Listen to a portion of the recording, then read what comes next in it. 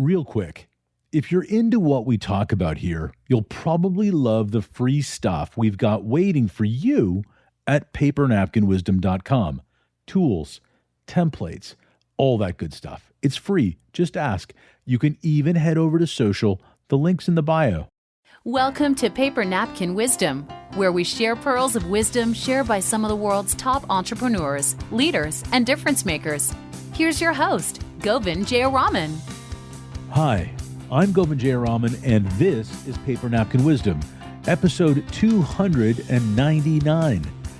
I'm joined by Kevin Barnicle today, an investor, entrepreneur, and author who has lived the entrepreneurial journey from corporate beginnings at Dell to building, scaling, and selling his own company in the face of industry giants twice. Now, before we dive in, take a moment to imagine this. What if the very thing that feels safe, the thing that everyone else is doing, is actually holding you back? And what if that breakthrough you've been searching for lies in doing the opposite? In this conversation, Kevin shares how contrarian thinking has shaped his entire career, what it taught him about risk, leadership, and resilience, and how doing the opposite can sometimes feel like the most logical step forward. As you listen, ask yourself, where in my business or my life am I following the herd, and what could happen if I chose the opposite? So let's jump in. Here's my conversation with Kevin. Let's listen in. Kevin Barnicle, welcome to Paper Napkin Wisdom. I'm thrilled to have you here with me today. Thank you, Govindh. I'm thrilled to be here. You know, you said something off the start that I'm not sure everybody can see on there. I know they can.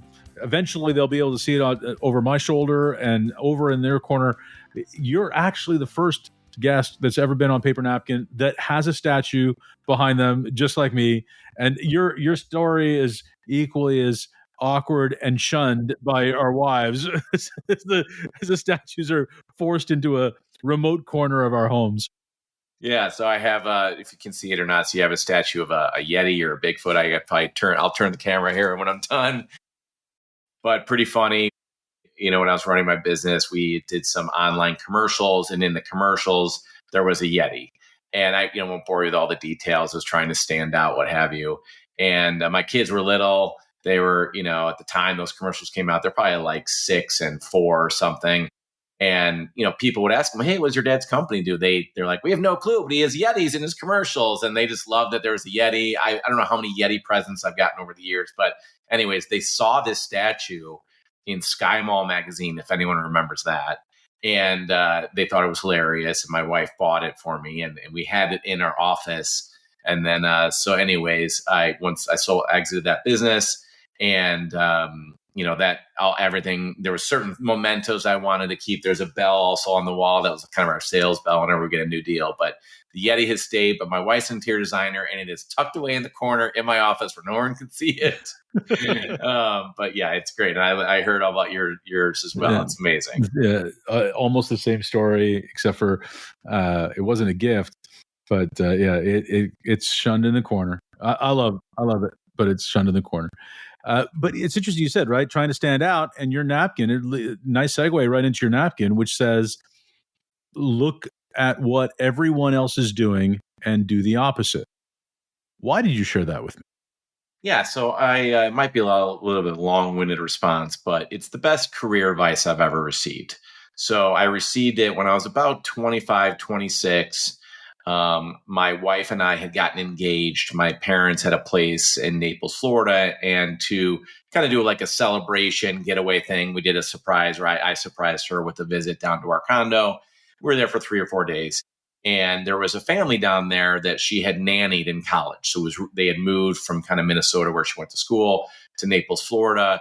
She was very close with the kids. I think they had like 5 kids, and very close with the family. Obviously, she used to nanny them during the summers and during the school year. So she said, hey, would you mind if we went and visit them? And I'm like, sure. So they gave us their address. We show up to this house. We have no idea what we're showing up to, right? This is before Zillow, where you can kind of look up the house you're going to. And we show up, and it's like lifestyles of the rich and famous. It's got to be a $10 to $15 million house.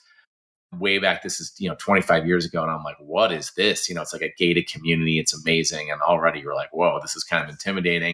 Walk in, she's saying hi to the kids, saying hi to the couple, and the guy just couldn't be any more impressive, any nicer. Seems like a great dad, seems like a great husband. He's very humble. And we're looking around this house, and it's just, I'm like, man, you got to give me a tour. And he's giving me a tour, and he's got like Picasso's. And I'm like, and he's just very kind of humble about it all. And I'm like, I would love if you could give me some advice. And that was his advice to me. He said, look at what everyone else is doing and do the opposite. And I've always been kind of a rebellious, typical kind of entrepreneur, contrarian point of view. So it resonated with me in general. But I was like, well, what do you mean? And he was in commercial real estate. He had been a broker. I can't remember what firm, and been very successful. And he kind of felt, like he needed to go down an entrepreneurial path. And he went down an entrepreneurial path and started his own business, going against the norm, what everyone else was doing. And then when he started his business, they weren't doing great in the beginning. I can't remember exactly all the details. It's quite some time ago. But he said, we weren't doing great. And then I was like, you know what if I just tried the opposite, because I'm kind of failing, and see how that goes. And they just took off. And, the guy was very successful, kind of entrepreneur of the year award. And he was like, whenever I've really been at a crossroads, I've looked at that. Let's just try the opposite and see how it goes, especially if you're not succeeding, obviously. So I was kind of at a crossroads in my own career, not a crossroads, but I was about 26 years old. I was ambitious. I was always in sales, and I was kind of in a comfortable sales job. And I had been kind of being recruited by, a company that was in my space. I was always in tech sales, and I was a little nervous about taking the job. And, just because I was kind of in a safe kind of sales job, people weren't leaving that job, and everyone's telling me, don't do it. Don't go work for that company. It was kind of a much more of a boiler room kind of environment.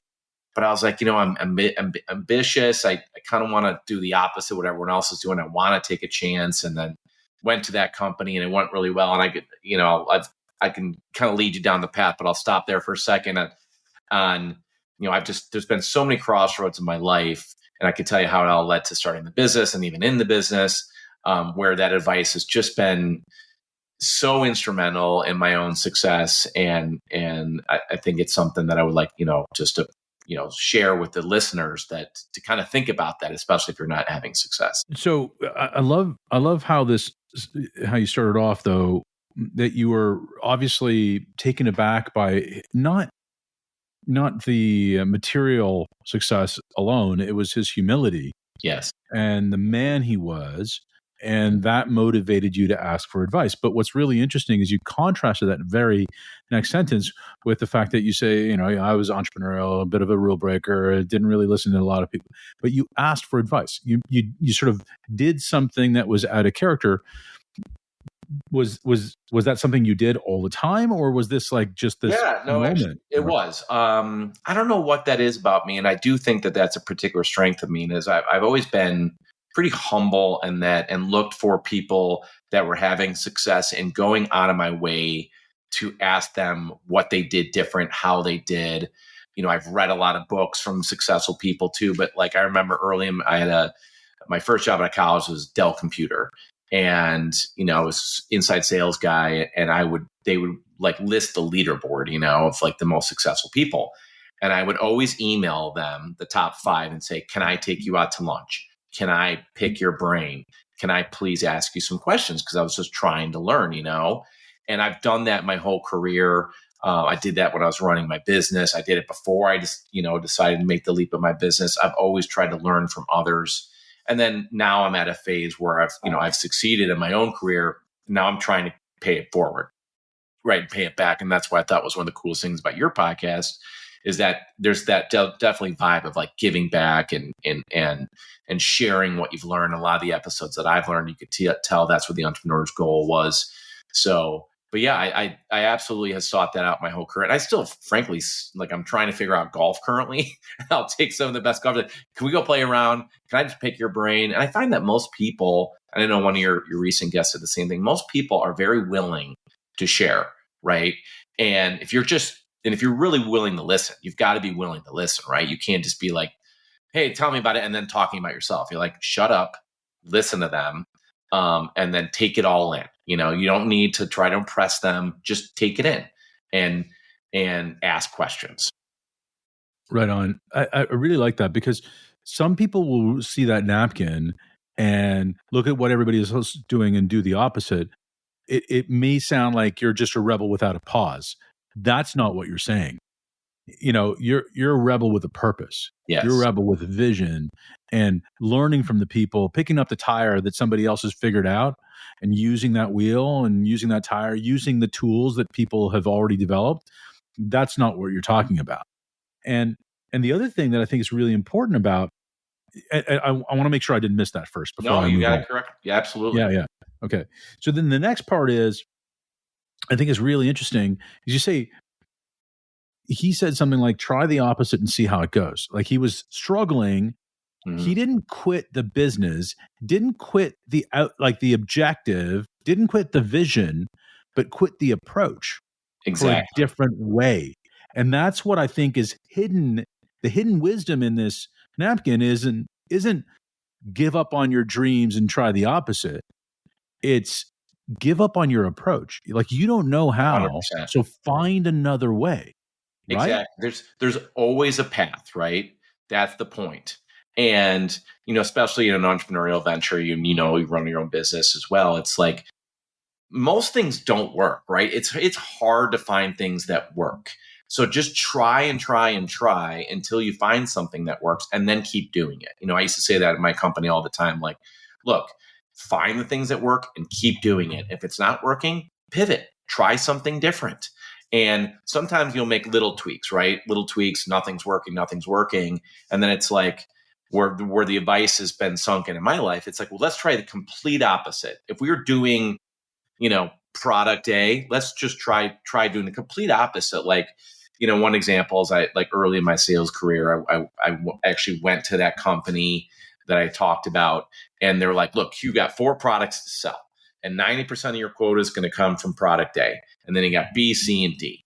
And product B actually meant, I'm trying to sell product A. They put me in kind of a crappy sales territory. I was brand new, not a lot of existing customers. And I realized, well, that's not really working. But product B is actually a much better fit for the kind of territory that I have. There's way more customers, way more opportunity. And I just went, I'm not going to even try to sell product A. I'm just going to try to sell product B. And it just took off, right? So it wasn't like I'm going to give up this sales job that I just took or anything. I'm just going to try a different approach. Like you said, like the path less traveled, and see if it works. And you know what? I've had plenty of ideas that have not worked. And guess what? I changed those as well. But what the point is try, if you're not having success, try the opposite, see how it goes. It might be the exact thing that the market has needed, that you've needed, that fits your personality, whatever it is, to kind of take you to success. And it's proven time and time and time again true for me. The path less traveled, to your point, right? It's not switching, it's the path less traveled. Well, and I think there's something else there too, right? Like you said, most things don't work. And part of it is because we try to copy from our perspective what somebody else is doing. And we probably are missing something about the sequence. We might get the right idea, but the sequence isn't quite right. And that sequence is where the magic happens. And it might work for them, but it might not work for us. So most things don't work leads you to the fact that you've got to try different things. But trying different things doesn't also mean like that you're manifesting it from a mountaintop.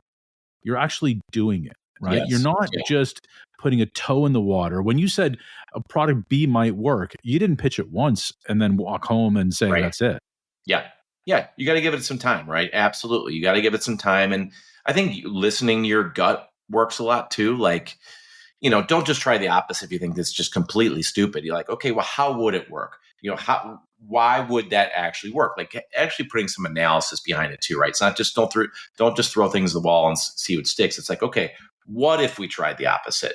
What would that look like? And just having that conversation. I mean, we developed some own software products at my company, And, if things weren't going really well, I would sit down with the engineers and I'd say, let's do this. Let's look at the opposite. And they'd be like, you're an idiot kind of thing, and I'd be like, well, let's just humor me.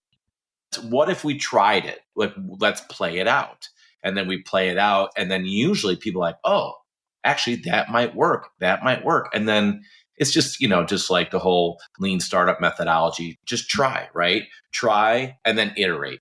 Try, iterate, and keep iterating until you find something that works. And like you talked about, it's that process, figuring out the process. You have to either way put yourself in the customer's shoes, right? Don't look at it from my perspective. I'm not trying to think of, oh, I'm Steve Jobs, I'm coming up with these billion ideas. I'm trying to really get to know the customer and then figure out where their pain points are and obviously solve those pain points. But that's part of that process of coming up with the opposite is, okay, well, this isn't working. Maybe we don't understand their process correctly, right? We haven't put ourselves in their shoes effectively enough. And once you do that, which barely anyone does, by the way, you usually can find those, aha, this is why this isn't working. And let's try this and see how it works. And it never hurts to try, especially in an entrepreneurship. I say that to my kids all the time, like, you're probably not going to be very good at whatever you do in the beginning, and just try different things and see what works. Right. And it's that commitment to iteration that's a big part of it. Now, you got this advice early in your career, right? Mm-hmm. Like Yep. Early on, you were in your early 20s, you got this information, you got this piece. What'd you do with it? Yeah, I mean, the biggest thing I think I did with it obviously is leading to my company, right? So I was in Fortune 500 kind of tech sales. And like I said, I was at a couple different crossroads. One where everyone was telling, everyone was kind of staying at the one job, never leaving. People been there 15, 20 years, kind of safe job. I went and did the opposite. I went to this other company that was kind of seen more risky. I go there. They tell me sell product A. It's not working for me. I sell product B. I become salesman of the year. It's going so well. Then they try to get me, like everyone wants to get into sales management, right? Where you got sales managers making $500,000 to $1 million a year. That's what everyone's path is. I'm like, I don't want to do that. Like I've seen these, like my sales manager early on just got fired for no good reason. Like every single person on his team was over their quota and they still fired him. I'm like, I don't want that. I'm going to do the opposite. I don't want to do that. I'm going to stay a salesperson. Then they changed my job. And I basically was going to have to either go find a new job within the company or something else. And I'm like, I'm going to do the opposite. I'm going to create my own business. And that was like the biggest piece that really changed my life. And therefore, so, 2 little kids, very successful. I'd won a number of like salesman of the year awards. And I did the opposite. And a lot of people were like, you're crazy to kind of start a business. You have young kids, like you're going to run out of money. Like I heard everything. And I was like, no, I'm going to do the opposite of what everyone else is doing. Started the company. And even when I started the company, I was doing services and product enhancement on the product that I was kind of selling. And a lot of people the company wasn't really focusing on it. Like, you're crazy. You should go work with this other product. And I'm like, no, this is what I know. I'm not going to go. Everyone's kind of leading away from that product. I'm going to lean into the product. And then we take off. And, the whole time I would continue to look at these things, like, especially if things weren't going great, right? If things are going great, you kind of keep doing the same. But we had a bunch of times where things were dipping. And even, the biggest thing is, so Microsoft kind of got into our space and their products they acquired a company. I was in the legal technology space. So like helping companies deal with lawsuits. And that was a really pretty mature market. There was 10 or 15 years of real kind of, very specific requirements. Microsoft kind of gets into the game. And I knew, just being Microsoft, that eventually they're going to take this over. But in the beginning, their products weren't very good.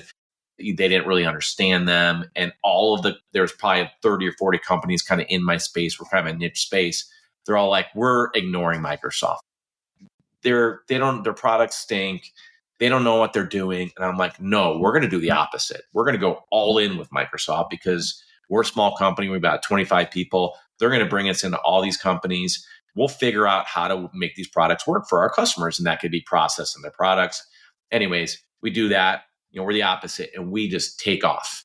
And our Microsoft revenue starts doubling, quarter over quarter. And then like a year or two later, now all these big companies, like, publicly traded companies, large 8,000 person companies, they're trying to get into the game. And because we had done the opposite, we went all in, we were light years ahead of us. And I had 10 companies trying to buy us. And eventually one did. And, even when we got acquired and I had sold majority of the business and was there for 3.5 years and then sold them the rest. Even when I was in that company, I was doing a lot of the opposite of what these other acquisitions had done and failed. I was like, well, I'm not going to do any of that. And so anyways, I think that's what I've done with it, right? I've used this so much in my life that even when I was running the company, we had an office, it was the first thing that people saw on my wall. So right inscribed in my wall, right by the light switch said, look what everyone else is doing and do the opposite. That's how much it's meant to me. And, frankly, I'm going to use being on this podcast as an opportunity to send this to that entrepreneur that gave me that advice, because I haven't even talked to him since, which is kind of crazy. Man, that's amazing. Yeah. That is crazy. Yeah.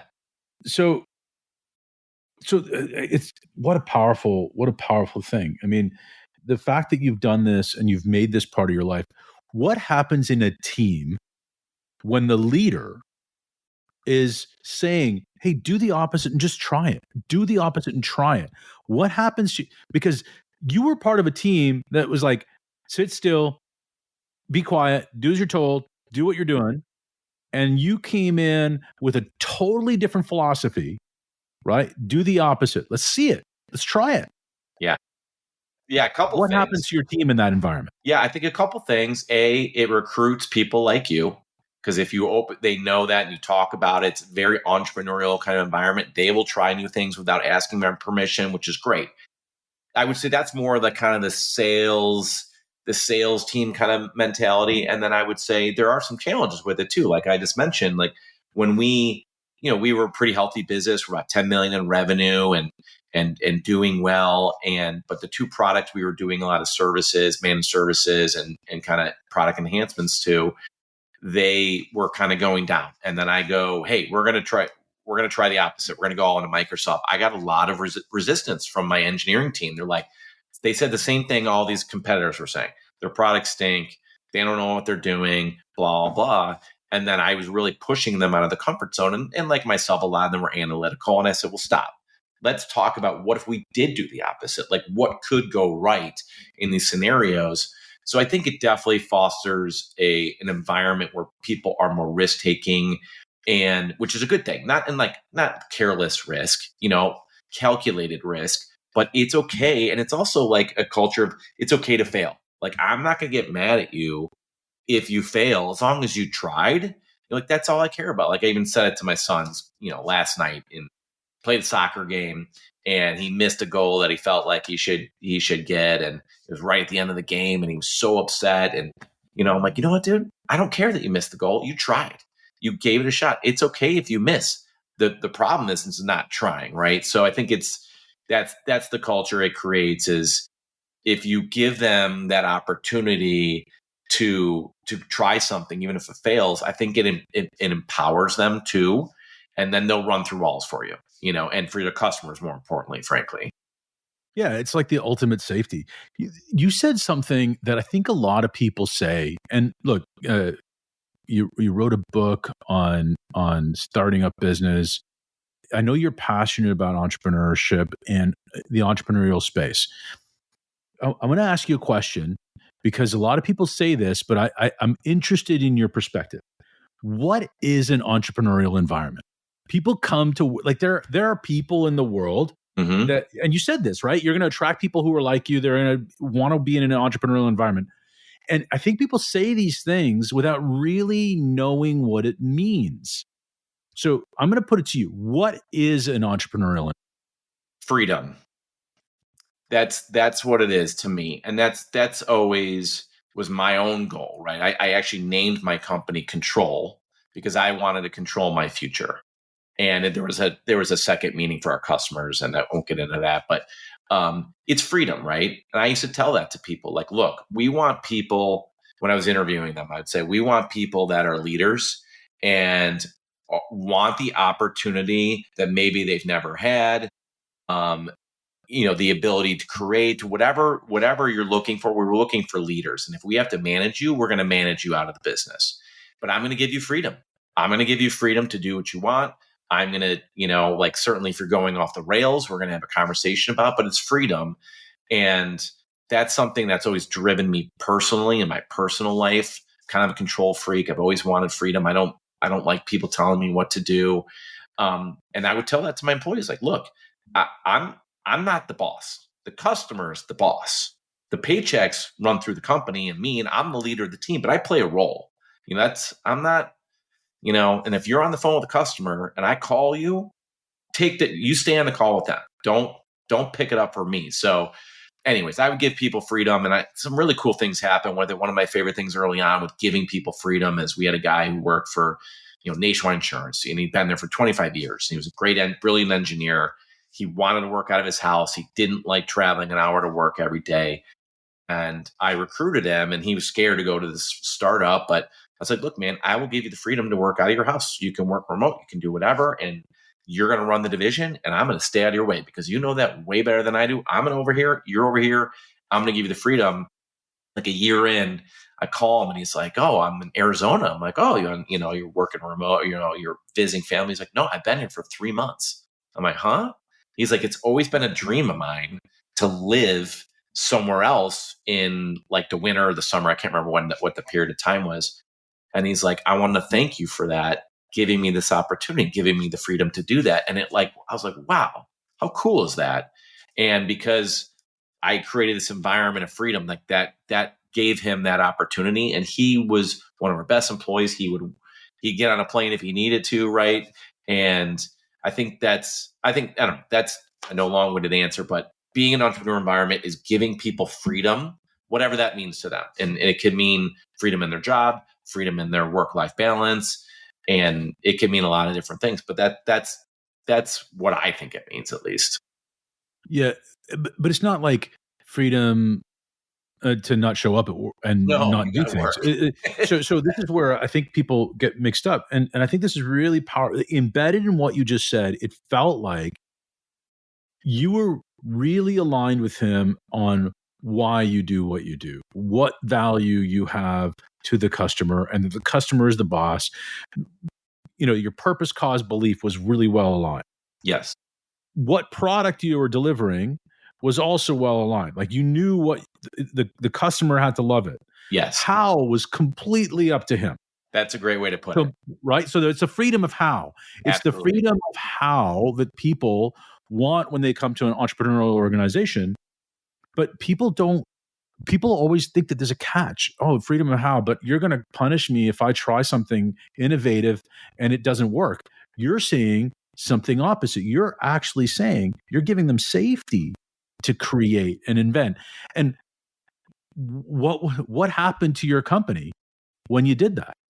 Great. I mean, I didn't have to, that was my whole thing. I don't want to manage people. Like, go and do your thing, and it created a real sense of loyalty in the company. We did not have a lot of people leave. And I think that's a big ingredient of running a successful business, especially if you're small, is keeping that team intact and that momentum. Right.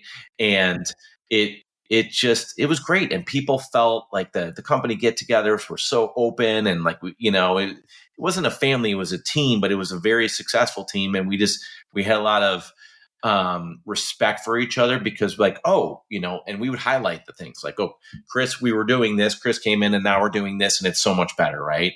And I would have, I remember one of the early kind of main CTO technical guys came in the company, like there was all these tools that we're using. And he's like, man, these are all garbage.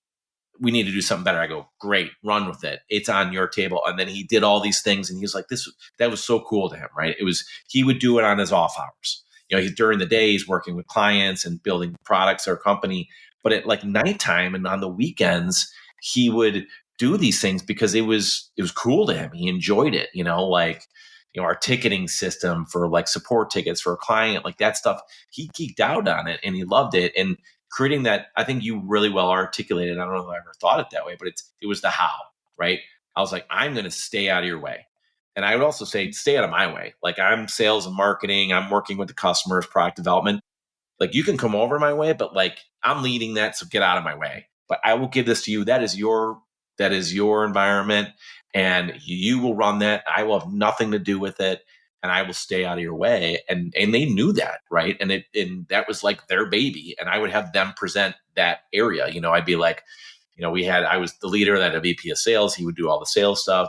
And the COO would talk about all the internal stuff. And then the CTO would talk about all the tech stuff. And I was like, I would just shut up and I wouldn't input, my thoughts. I would, accentuate if I felt like there was a point that needed to be accentuated or whatever. But it was really like, they're the leader. They're the CEO of that, division. I would say, you're the CEO of the customers. To my engineers, I'm like, you're the CEO. You make the decision. You don't have to come to me and say, do we need to give them an extra 10 hours of support for free because they're upset because we screwed something up? Just give it to them. You make the decision. So I found it was really a successful approach for us. I love that.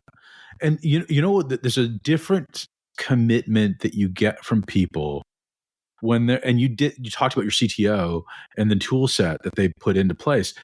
There's a commitment level that's different from your people when they're putting their ideas into place 100%. Versus just going through the dogma of your doctrine. It's totally different. And look, everybody's listening and they may not know Kevin's story, but you're a top 1,000 fastest growing company in the United States.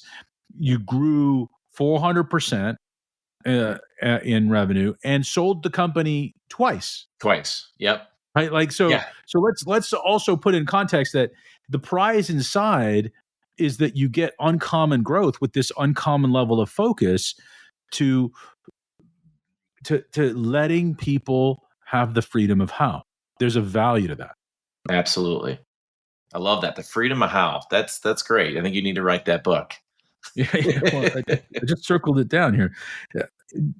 So I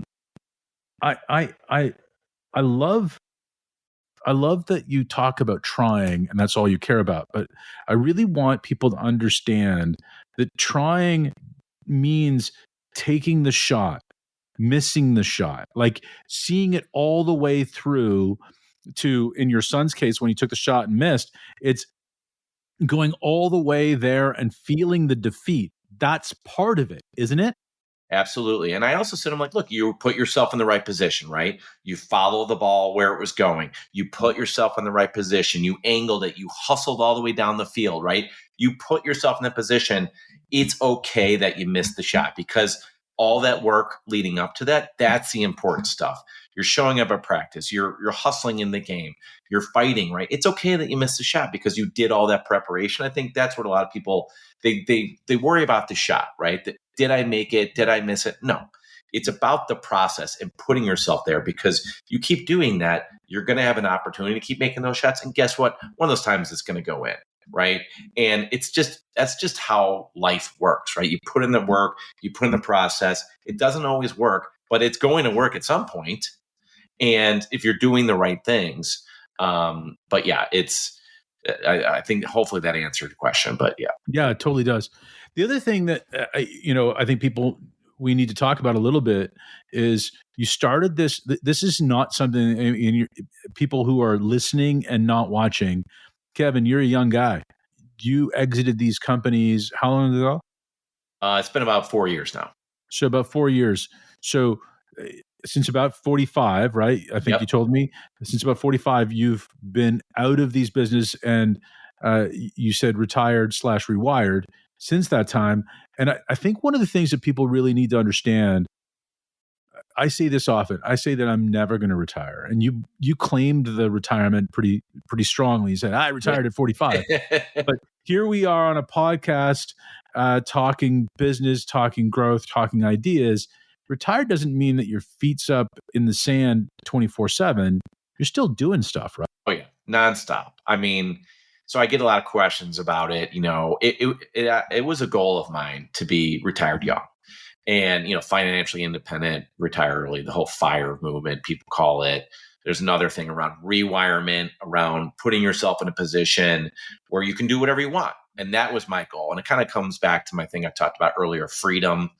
I know life is short. I had enough death in my childhood and kind of grief around that I'm like, life is short. I want to make sure that I live mine to the fullest. And the only way I felt like I could do that is if I was fully charged, and obviously finances come into that. But yeah, so I've been retired for 4 years. I'm proud of that fact. I do talk about it. Some of my friends give me a lot of grief about it, but I'm so busy. and right now what I'm doing is like chasing childhood dreams. Like it's another way of like, coming up with product approaches, right? Or starting up a business. Think about the stuff you thought about as a kid and that you just very passionate about, and life got in the way and you never were able to do, right? So I always wanted to write a book. I wrote a book. It's about entrepreneurship, starting a business, a lot of my journeys in it. But even with the book, I took the opposite approach. I read a lot. I'm an avid reader. I don't even know how many hundreds of business books I've read, but I've read a lot. And I was like, what could I do that would be different or unique or the opposite? And obviously I knew what worked on me and what I felt were good. But one thing that I saw in the business book world was there's not a lot of humor. There's very few with humor. So I feel like I'm a pretty funny guy when I want to be. So I decided I'm going to do the opposite. I'm going to make this thing silly almost, with a lot of lessons. But so I write this book and you don't know how it's going to be received. And the thing is kicking butt. It's on Amazon called The Blueprint Starting a Successful Business. But I read all the reviews. It's only been out for like 8 months. It's got like 400 reviews on Amazon. It's doing really good. It was up for a couple awards. It came in second in one of them, but whatever. And they all talk about the humor element because I did the opposite, right? I took a chance, and I'm not doing it to make money or anything like that, or even any ego-driven purposes. It really was giving back and all the entrepreneurs that had given to me. And I feel like I had something to say. But yeah, I continued to do that in my life, and being retired, quote unquote, retired. It's giving you the freedom to do what you want, when you want, and who you want with. And running a business is difficult. There was a lot of traveling. My kids were little. I definitely feel like I missed some things. So I wanted to at least give myself the opportunity to kind of not have anything where I have to do and see how that went. So I've done amazing things with my family, and we travel quite a bit. And the freedom to do that has been absolutely worth all the sleepless nights, all the waking up in the middle of the night with heart palpitations of running the business, all of those, the stresses of going through and selling a company, which is not easy. Even though I'm quote unquote retired or wired, I never sit around and watch TV. I have all these hobbies. I have all these interests. And it's being able to have the opportunity to design your own life, which is that's the goal. That was the goal for me. And entrepreneurship was the path to get to that goal. That's what I felt, and it proved to be true. So that's why I'm so passionate about it. I love talking to other entrepreneurs. I get excited when I talk to other entrepreneurs because it's just the path. Yeah, there's a lot there, and I can feel the passion and the energy that you have about all of this. And I said this in the green room before we began that I coach a minor hockey team, and my manager, Jimmy Schiavo, is 75 years old. He's been retired for I don't know how long.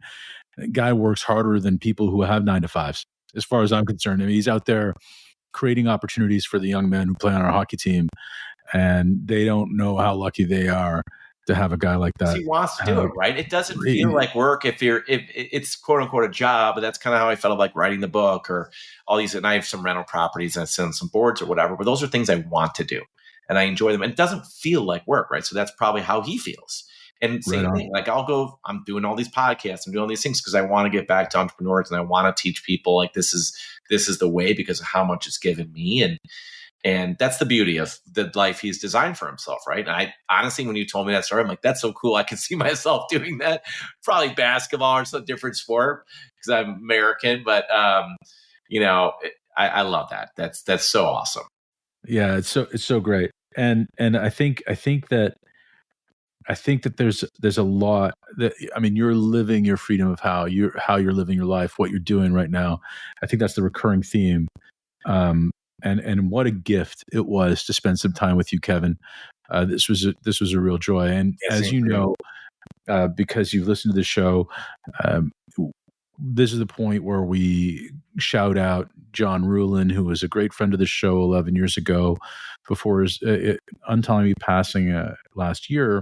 He shared a napkin with us, which was what you appreciates. He started a movement of gratitude around the world, turned into a book, but more importantly, a movement where people thought harder about making sure that people felt the gratitude that they had of the relationships they make and the relationships they build.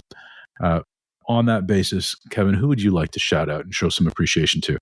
Yeah, I'll get to that in a second, but I wanted to first off applaud you for doing that. I think it's great to honor folks, and I know we talked about it in the green room too. It's something I didn't mention before, but I actually have a tattoo on my right calf that I got when I was younger. I had a couple of my close friends pass away in kind of two separate tragic incidences, and my tattoo reminds me of what you're doing right here, and it's an old Irish saying, "One art, go art," and it stands for from strength to strength. So what it means is basically you've learned something from someone, and then you make it your own and you pass it on. And I feel like that's what you're doing right there. I never really I didn't think about that until just right now, but I thought I would mention that. And that's a lot of what I try to do in my life too, is I try to learn from others, make it my own, and then pass it on, right? Like kind of leave the world better than you found it.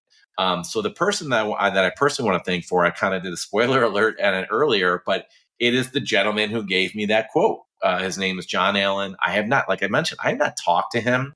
I thought about this morning, like, God, I can't believe that the guy he had made such an indelible mark on my life, and he had no clue, so I'm going to take the opportunity when this comes out to send this to him as a reach out and say, thank you. But I would just, it was just, he probably doesn't, I'm sure he probably remembers the meeting, but I guarantee he probably doesn't remember even saying that to me. But what an amazing thing that he did for me, and just sharing a little bit about insight into his own brain. And just really, there's hundreds of entrepreneurs that I've met over the years that have just shared their wisdom with me and listened to podcasts, even like yourself. And, the one that I listened to this morning was the gentleman talking about getting over the wall. And he just had a lot of wisdom in there. I just think it's and I want to thank you too for having a podcast like that shares these wisdom. And I think it's a really cool concept on something short that you could put on a napkin. I just think it's very clever. And so thank you to you too. And all the entrepreneurs out there who kind of pay it forward. It's a path less traveled, and there is a lot of wisdom there that even non-entrepreneurs can learn about. So to John Allen, thank you. And to all entrepreneurs, including yourself, thank you. Kevin, that's a beautiful thing. And it just motivates me to say one more thing. It's so important what we give to each other. When we look at each other, when we hear each other's ask for help, and we respond in kindness. And that's what happened when John Allen responded to you. He gave you a comment that he may not remember giving to you, and you engraved it in your wall. Yeah, this is the power of our words and our connection. And it's worth being attentive to that. That's another gift you've given us in this podcast. Thank you so much, Kevin. Thank you so much. Really enjoyed it. Thank you for joining Kevin Barnicle and I on Paper Napkin Wisdom today. His napkin, look at what everyone else is doing and do the opposite, is more than a clever phrase. It's a mindset. So what stood out to me today? Success doesn't come from copying the crowd, but from questioning the assumptions that everyone else accepts. Calculated risk isn't recklessness, it's the path to growth. Leaders empower their teams by giving permission to experiment, even and maybe even especially when failure is possible.